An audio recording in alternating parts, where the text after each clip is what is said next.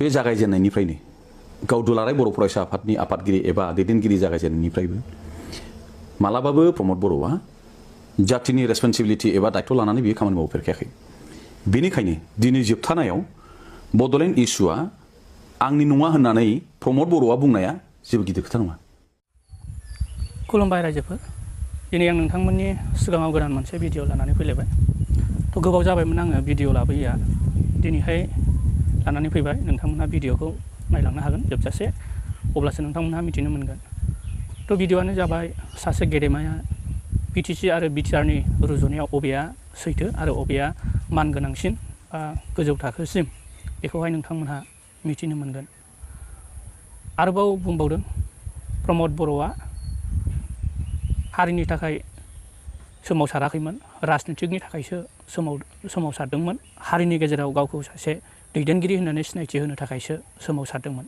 बे बाथ्राखौबो आं बुङाखै। थ' नोंथांमोनहा भिडिअखौ नायलांजोबबा मिथिनो मोनगोन सोर बिथाङा बुंदों।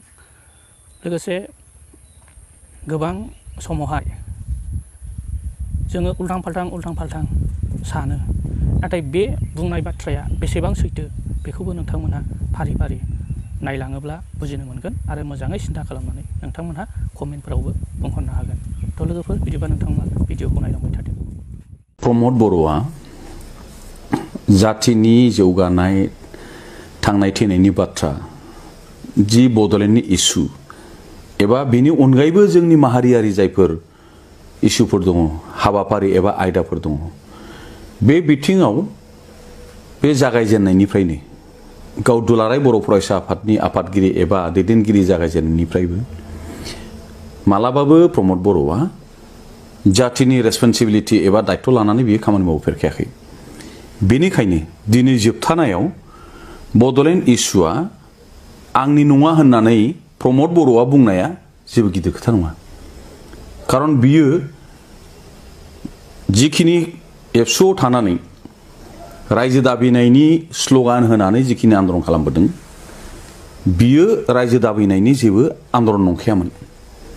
साधारन भाबै गावखौ बे आन्दलनजों जड़ित खालामनानै गावखौ लिडारशिप नेतृत्व होनाय आगसारि एबा दैदेनगिरिनि गावखौ महर मोनहोनाय, बेनोल' उद्देश्यमोन। आरो बिनि उद्देश्यआ थाखानाय BTC आव बोरैहाय नेता जानो हायो एबा चिफ जानो हायो, बेखौनो बे टारगेट खालामनानै खामानि मावबाय थाखादोंमोन।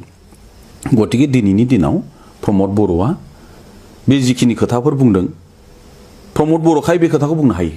सोरबा नों आंब्ला मालाबाबो बे खोथाखौ एथ' गोरलैयै बे नाखस खालामनो हायामोन।